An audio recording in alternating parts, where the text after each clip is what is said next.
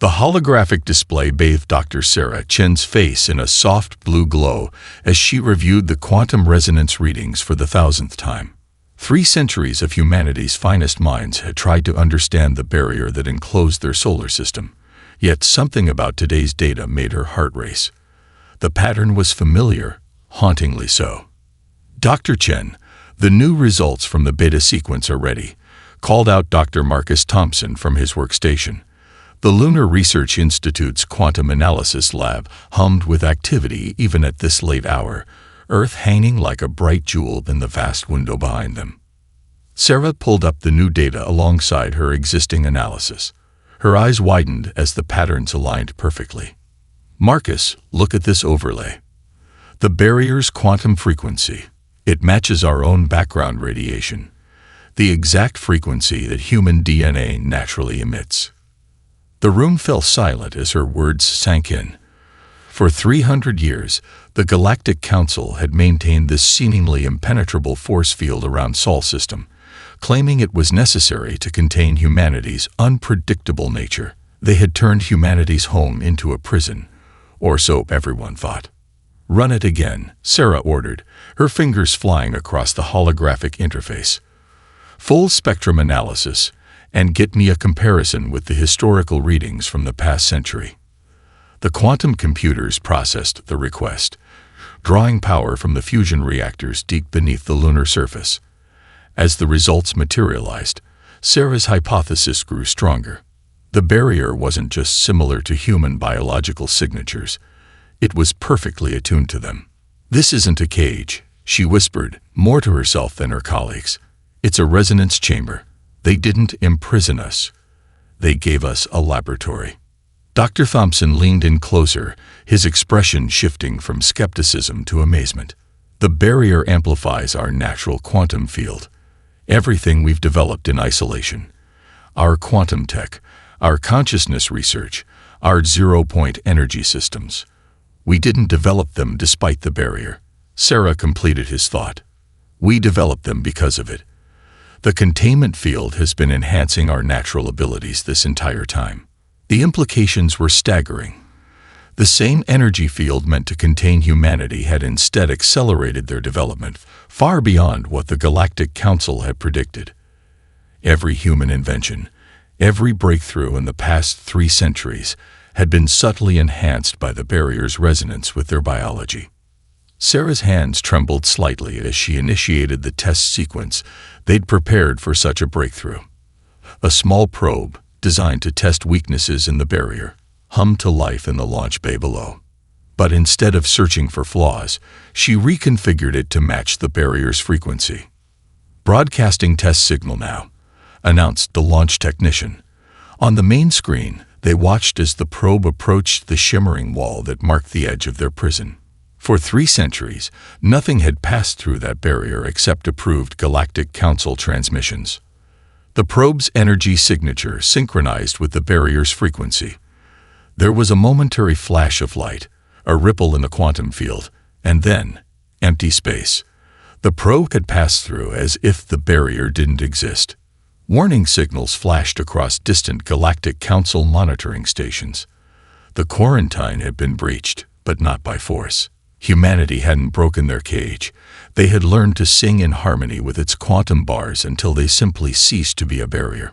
Sarah stared at the successful telemetry with a mixture of triumph and trepidation. "Send word to the Space Force and the Global Council. Tell them the door is open." As her message spread across the solar system, she wondered if the Galactic Council realized their mistake. They had tried to contain humanity's potential, but instead had given them 3 centuries of accelerated evolution in a quantum enhancement chamber. Now that humanity had the key to their own cage, the galaxy would never be the same. The quarantine was over. Humanity's real journey was about to begin. Captain James Rodriguez stood on the bridge of the Explorer-class vessel Magellan, watching the barrier shimmer before them. After 2 weeks of preparation, they would be the first human ship to officially venture beyond the quarantine zone. The crew worked with practiced efficiency, but he could feel their nervous energy. Quantum harmonics aligned, Lieutenant Sarah Webb reported from her station. matching the resonance frequency Dr. Chen provided. The barrier's iridescent surface rippled like water as the Magellan approached. Rodriguez took a deep breath, remembering the centuries of isolation that had led to this moment. "Take us through, Lieutenant." "Nice and easy." The massive ship glided forward, its quantum field synchronized perfectly with the barrier. For a moment, the bridge was bathed in prismatic light, then darkness, and finally, stars. Unfiltered, uncontained stars stretched out before them. "We're through," Webb announced, her voice steady despite the historical significance of the moment. All systems normal. No sign of pursuit or defensive measures. Rodriguez allowed himself a small smile. "Begin our first sweep. Let's see what's out here." Emergency signal detected. The tactical officer's call cut through the celebration. "Bearing 34 Mark 7. Sir, it's a Mizari vessel. Life support failure indicated." The Mizari, one of the oldest spacefaring races, known for their advanced technology and support of the quarantine. Rodriguez didn't hesitate. "Plot an intercept course. Prepare emergency response teams." As they approached, the Mizari ship came into view, an elegant crystalline structure, now dark except for emergency lighting. The vessel's graceful lines were a sharp contrast to the utilitarian design of human ships, developed in isolation. "They're hailing us," Webb reported. Audio only. A distinctly alien voice crackled through the speakers, tense with barely contained panic. "Unknown vessel, we are experiencing critical systems failure. Our council identification." "This is Captain James Rodriguez of the Earth ship Magellan," he interrupted. "We've detected your life support problems. We're here to help." Silence filled the channel. Rodriguez could almost feel the Mizari crew's shock. Humans weren't supposed to be here, weren't supposed to have ships this advanced, and certainly weren't supposed to offer assistance to a council race. Finally, the voice returned. "Human vessel, we appreciate the offer, but our systems are highly specialized. Your technology would not be compatible." "We've been studying council tech for 3 centuries, Rodriguez replied. "Transfer your engineering specifications. Let us try." Another pause, then data began flowing into their systems. The Mizari had chosen survival over prejudice. Smart of them. "Sir," the engineering chief's voice came through the internal comm. "Their quantum matrix is destabilizing. But these patterns look familiar. It's similar to the containment barrier technology." Of course it was. The humans had spent 3 centuries learning to manipulate exactly this kind of quantum field. Deploy emergency teams. Priority 1. Stabilize their life support. Within 20 minutes, human engineers were aboard the Mizari vessel. The aliens watched in stunned silence as the primitive humans quickly diagnosed and began repairing their advanced systems. What they couldn't fix directly, they bypassed with innovative solutions developed during centuries of isolation. "Impossible," the Mizari captain whispered, watching Rodriguez's crew work. The council said humans were centuries away from understanding quantum mechanics at this level. Rodriguez smiled diplomatically. "Isolation breeds innovation, Captain. When you can't call for help, you learn to solve problems creatively." As his engineers completed their work, Rodriguez knew this encounter would send shockwaves through the council. Humanity hadn't just escaped their prison. They had mastered the very technology meant to contain them. "Your systems are stabilized," he informed the Mizari captain. "We'll escort you to the nearest port for permanent repairs." The Mizari captain's multifaceted eyes studied him. "The council will hear of this." "I hope so," Rodriguez replied quietly. "I hope they hear every word." The grand chamber of the Galactic Council erupted in chaos. Holographic displays showed multiple human vessels moving freely through space, each contact report more alarming than the last. High Counselor Zextel's crystalline form shimmered with stress patterns as they attempted to maintain order. The quarantine was perfect. Elder Nix of the Centauri delegation thundered, their meteor-like form pulsing with angry red light. How did they overcome 3 centuries of containment in mere weeks?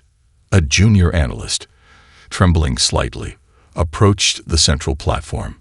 Honored Council, our preliminary analysis suggests they didn't overcome the barrier. They harmonized with it. The humans adapted their technology to work with the containment field rather than against it. The chamber fell silent, working with the barrier instead of fighting it. It was so simple, yet in 300 years, no other species had considered this approach. "Show us the latest reports," Zextal commanded, their voice resonating through the chamber. The central hologram shifted, displaying footage from across the sector. A human medical team treating radiation poisoning on a Regellian mining station. Human engineers optimizing the ancient terraforming systems on Colony World 7. A human ship teaching a group of young spacefaring races how to improve their FTL drive efficiency. "They're everywhere," whispered Representative Kalan of the Science Council. "And they're helping." Another projection appeared. A human station near the former barrier's edge. Ships from dozens of species docked there, their crews mingling in what appeared to be a large gathering space. The audio feed captured laughter, music, and excited conversations in multiple languages. "What are they doing there?" demanded Elder Nix. The analyst consulted their datapad. "They call it a cultural exchange center. The humans are teaching other species their customs while learning about others in return. They introduced something called international food festivals. Apparently, sharing meals is a crucial part of human diplomatic protocol." Zextal's crystalline form clouded with concern. "Are they attempting to subvert our authority through cuisine?" "Not just cuisine," a new voice spoke up. Dr. Venn of the Mizari Science Academy stepped forward, still wearing the practical clothing that marked them as a field researcher rather than a politician. "I was on the vessel that first encountered the human ship Magellan. Their technological advancement during isolation is unprecedented." The doctor interfaced with the central hologram, displaying complex quantum mechanics equations. The containment barrier wasn't just a prison. It acted as an amplifier for human innovation. Every problem we presented them with became a catalyst for development. They didn't just survive isolation. They thrived in it. The council members watched as more reports flooded in. Human ships establishing trade routes, sharing medical breakthroughs, and most worryingly, encouraging other species to question traditional limitations. "We must reestablish control," Elder Nix insisted. "The hierarchy of species must be maintained." "The hierarchy is obsolete," Dr. Venn interrupted. "The humans have demonstrated that cooperation yields better results than competition. Their approach to the barrier proves it. They succeeded by working with it, not against it." Zextal raised their crystalline appendages for silence. "The question remains, what do these humans want? Why help species they've never met? What is their ultimate goal?" The answer came from an unexpected source. A maintenance worker, who had been quietly repairing a console in the corner, spoke up. "Begging the council's pardon, but I think I understand. My sister works at that human exchange station. She says they do it because they can. Because finding new ways to solve problems makes them happy. Because every species they meet might have a new idea they haven't thought of yet." The council chamber erupted in murmurs. The idea seemed so foreign. Advancement for the joy of discovery rather than power or profit. Progress through cooperation instead of competition. The galaxy was changing, and the Galactic Council was losing control of the narrative. Humanity hadn't just escaped their cage. They were rewriting the rules of the game itself. The processional hall of the Galactic Council had never seen anything quite like the human delegation. Ambassador Maria Santos led her team with quiet confidence, but it was those who followed that caused the greatest stir.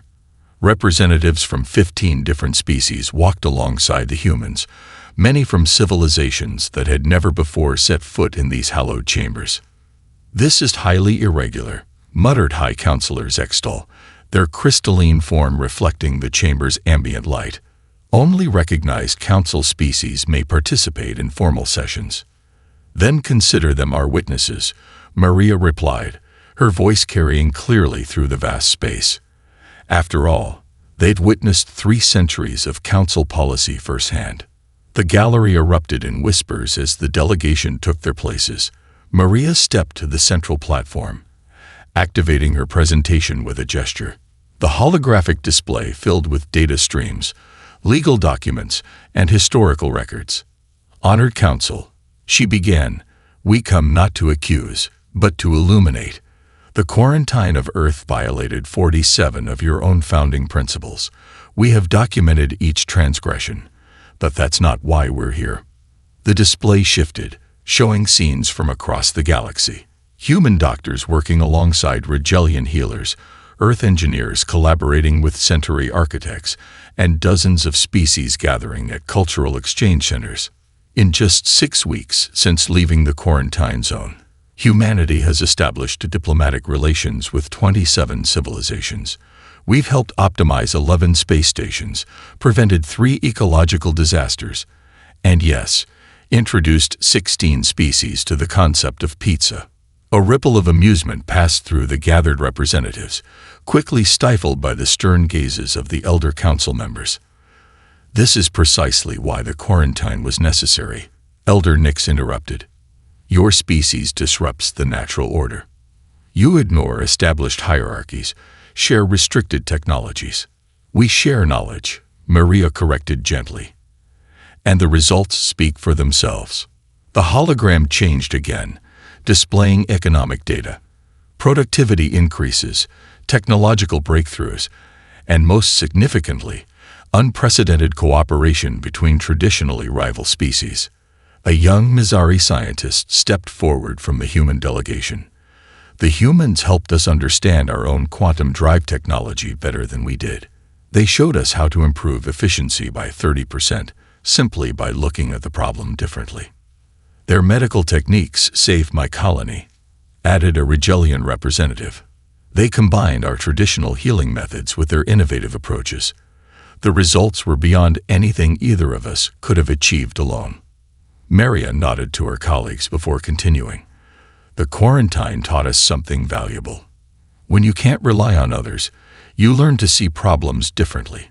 We developed technologies, yes, but more importantly, we developed perspective.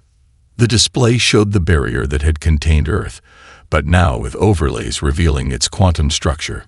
What you meant as a prison became our greatest teacher. We learned to work with natural forces rather than against them, to find harmony instead of opposition. She paused, letting the implications sink in. We're not here to demand reparations or seek punishment. We're here to offer partnership. The galaxy faces challenges that no single species can solve alone. Climate collapse on colony worlds, quantum instabilities in old jump gates, rising tension between emerging and established civilizations. The chamber had fallen completely silent, even the elder council members listening intently. Humanity spent 3 centuries learning to think differently, Maria concluded. We'd like to share what we've learned, not as rulers or revolutionaries, but as neighbors who finally have the chance to properly introduce themselves. She gestured to the diverse group that had accompanied her. These are our friends, made in just 6 weeks of freedom. Imagine what we could all accomplish in 6 years, or 6 centuries. The council chamber buzzed with conversation. In the gallery, representatives from dozens of worlds began discussing possibilities that had never seemed open to them before. The old order wasn't being overthrown. It was being gently, inexorably transformed. Junior Archivist Catal had never ventured this deep into the Council's restricted archives before. The quantum-locked data crystals hummed with ancient knowledge, their blue-green light casting strange shadows through her translucent appendages. Her recent promotion to the Historical Analysis Division had granted her access, but what she sought lay in the oldest sections. The human question had consumed her thoughts since their emergence.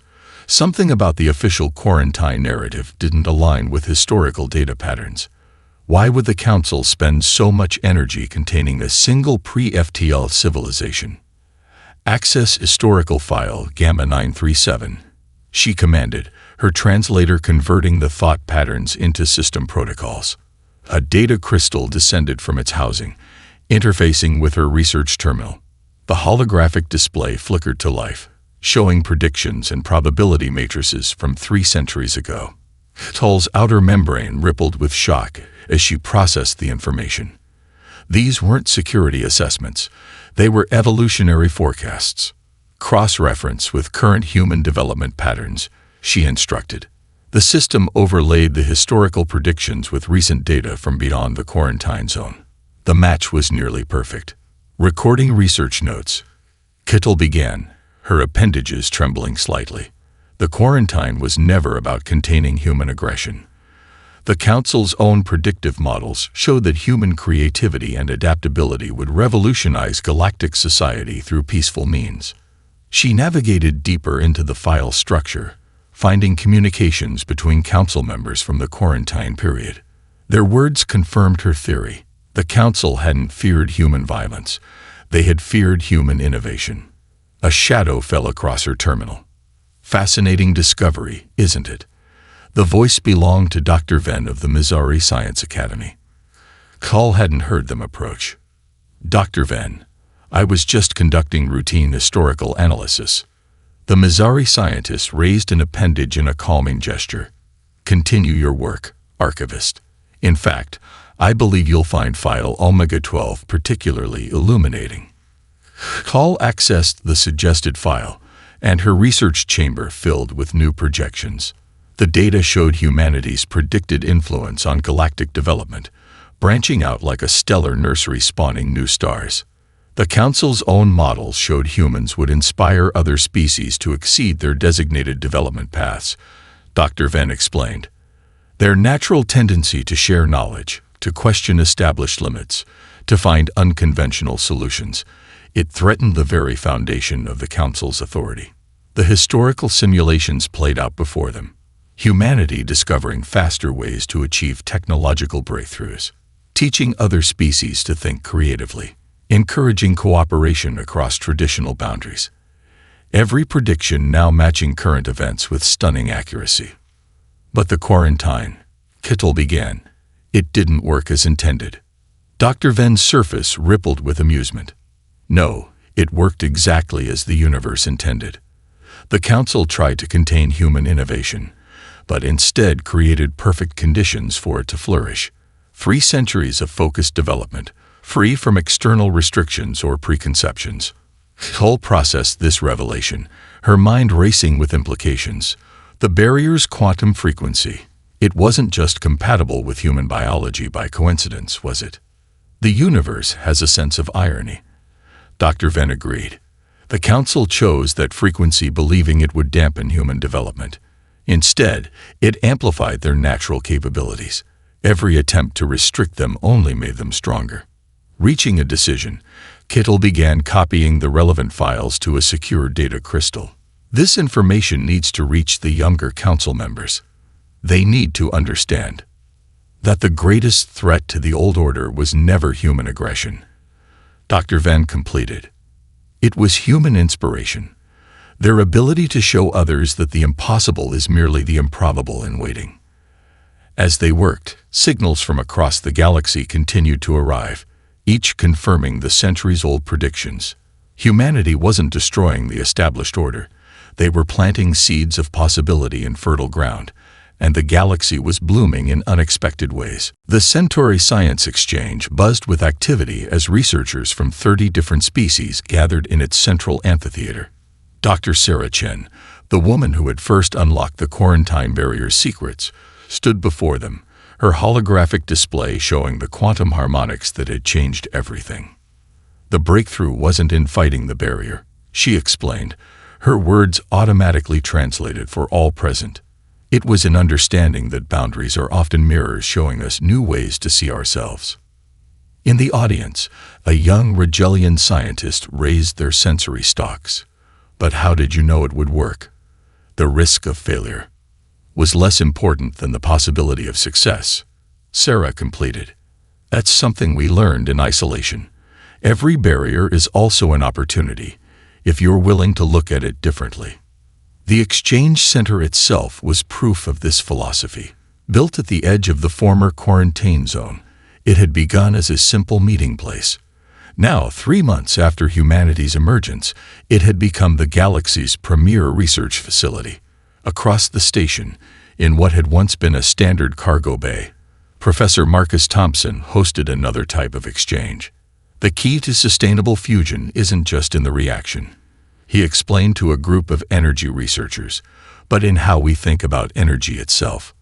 The gathered scientists watched in amazement as he demonstrated humanity's latest breakthrough, a fusion reactor that worked in harmony with quantum fields rather than trying to contain them. The same principle that had freed humanity from their quarantine applied to solving one of the galaxy's oldest technological challenges. In the station's social spaces, other kinds of barriers were falling. A Mizari crystalline being shared tales of their stellar nurseries with a group of fascinated humans, while nearby, a human chef taught representatives from 6 different species how to make their own versions of Earth cuisine. The molecular structure of your nutrient paste is surprisingly compatible with our bread fermentation process, the chef explained to an excited Proximan. With a few adjustments, you could create something entirely new, a fusion of both our culinary traditions. The station's research logs recorded thousands of such interactions daily. Species that had never collaborated were discovering the joy of shared discovery. Traditional rivals found themselves working together, their old conflicts forgotten in the excitement of new possibilities. In the Quantum Communications Hub, Dr. Elena Santos, sister of the human ambassador, coordinated with teams across the galaxy. The modified barrier technology isn't just for containment, she explained to her multi-species engineering team.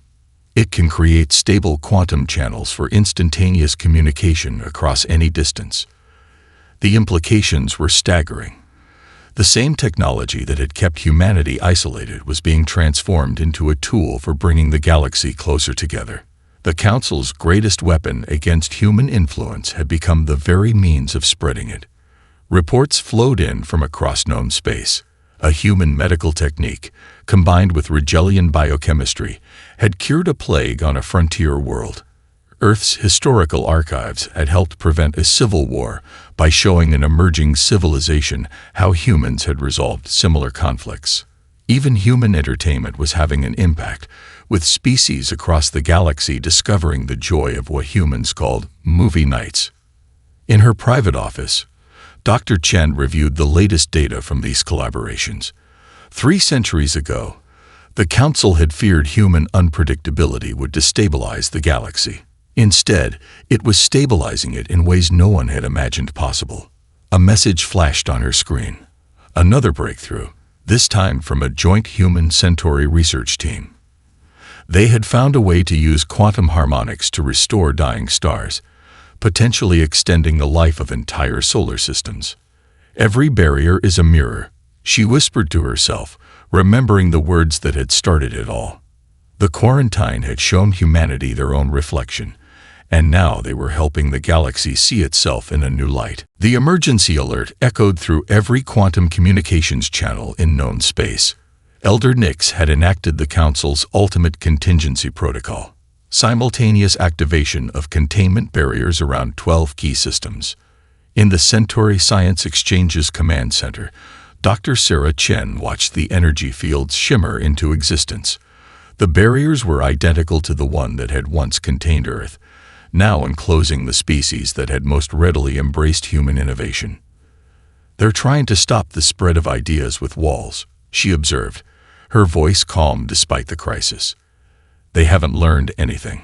The Quantum Communications Hub erupted with signals as the affected worlds reacted to their sudden isolation. Fear, anger, confusion. Emotions translated into data streams that filled the monitoring stations. High Counselor Zextel's transmission cut through the chaos. "This action is necessary to preserve galactic stability. The affected systems will remain sealed until proper order can be restored." Dr. Chen's fingers danced across her console, analyzing the barrier frequencies. They were perfect replicas of Earth's former prison. And that was exactly what the Council had gotten wrong. "Open a channel to all affected worlds," she commanded. "Priority bandwidth." The communications officer, A young Mizari, whose crystalline form sparkled with nervous energy, complied. "Channel open, Doctor." "This is Dr. Sarah Chen of Earth," she began. "3 centuries ago, the Council trapped us behind a quantum barrier.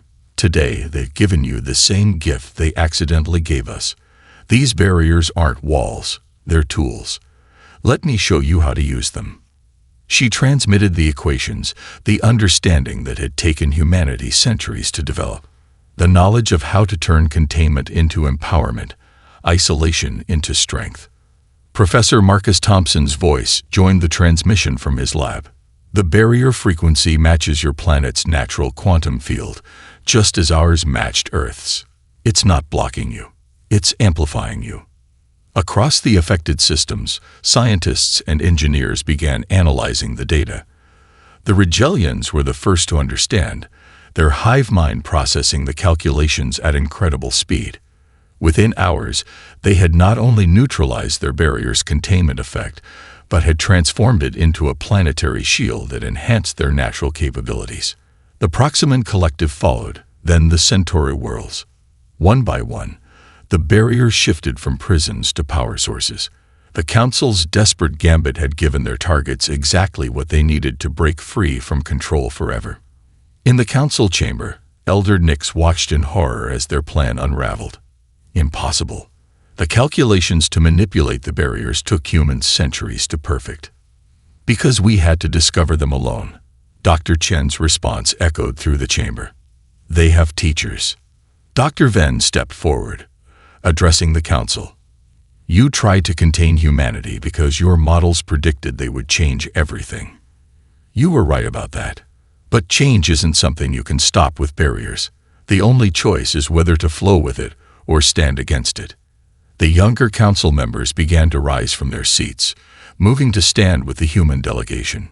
Centuries of rigid hierarchy were dissolving in the face of demonstrated cooperation. "The barriers are transforming," reported a technical analyst. "They're becoming networks. The trapped systems aren't just breaking free, they're linking together, sharing power, sharing knowledge." Dr. Chen nodded. "Every wall can become a bridge, if you look at it the right way. Humanity spent 3 centuries learning that lesson. We're happy to share it." High Counselor Zextel's crystalline form shimmered as they processed the situation. The old order wasn't being destroyed. It was being transformed, just as the barriers were. Fighting it would only ensure they had no place in what came next. "Perhaps," they said finally, "it is time for the Council to learn some new perspectives as well." 1 year after humanity's emergence from quarantine, the Sol system hosted the first Galactic Unity Conference. The event was held in Earth's orbit, aboard the massive space station that had once been the focal point of the containment barrier. Now it served as a symbol of transformation, its quantum arrays reconfigured to broadcast knowledge and culture across the stars. Dr. Sarah Chen stood at the observation deck, watching ships arrive from across the galaxy. Each vessel represented a different species, a different world, a different perspective. The sight reminded her of something her grandmother once said about starlight, how every point of light told its own story. "Quite a change from last year," Ambassador Maria Santos said, joining her at the window. "Remember when we thought breaking through the barrier would be our greatest challenge?" Sarah smiled, watching a crystalline Missouri ship dock alongside a living Rigelian vessel. "The real challenge was never getting out. It was helping others see what we learned while we were in." The station's Grand Assembly Hall had been designed to accommodate beings of all forms. Atmospheric barriers created distinct environmental zones, while allowing clear communication between all attendees. The Council members, no longer seated above the others, joined representatives from every known civilization in the galaxy. High Counselor Zextel, their crystalline form now bearing the patterns of change and growth, addressed the gathered species. For millennia, the Galactic Council sought to maintain order through control. We saw difference as danger, change as chaos. Humanity showed us another way. The holographic displays activated, showing the transformation of the past year. the former quarantine barriers, now converted into a galaxy-wide network of quantum enhancement fields. The countless breakthroughs achieved through cooperation. The flourishing of art, science, and culture as species learned from each other. Professor Marcus Thompson presented the latest data from the Centauri Science Exchange. The quantum network doesn't just connect our worlds, he explained. It connects our potential. Every species' unique abilities are amplified and shared, creating possibilities we're only beginning to understand. In the medical section, Dr. Elena Santos demonstrated how combining different species' healing techniques had led to cures previously thought impossible. We've learned that diversity isn't just beautiful, it's powerful. Every different perspective brings new solutions. The youngest council member, Kittle, now spoke for the Reformed Education Division. We've opened the restricted archives. Knowledge belongs to everyone. The old hierarchies of species development have been replaced with a network of mutual growth and support. As if to emphasize her point, a group of children from various species played in the station's central garden. They were using a modified version of the quantum barrier technology to create beautiful light sculptures together, each contributing their unique perception of art and beauty. The quarantine taught us something vital. Ambassador Santos addressed the assembly. Isolation can either break you or transform you. Earth chose transformation. We learned to see barriers as mirrors, showing us new ways to grow. Now we share that lesson with the galaxy. Dr. Venn, who had helped reveal the truth in the council archives, added their observation. The old models that predicted human influence were correct, but incomplete. They showed that humanity would change everything, but they couldn't predict the most important part, that we would welcome the change. Outside the station, Earth shone like a blue jewel in space, no longer contained but connected. The barrier that had meant to be humanity's prison had become the galaxy's doorway to a new age of discovery. Sarah touched the window, feeling the subtle resonance of the quantum network that now linked worlds instead of dividing them.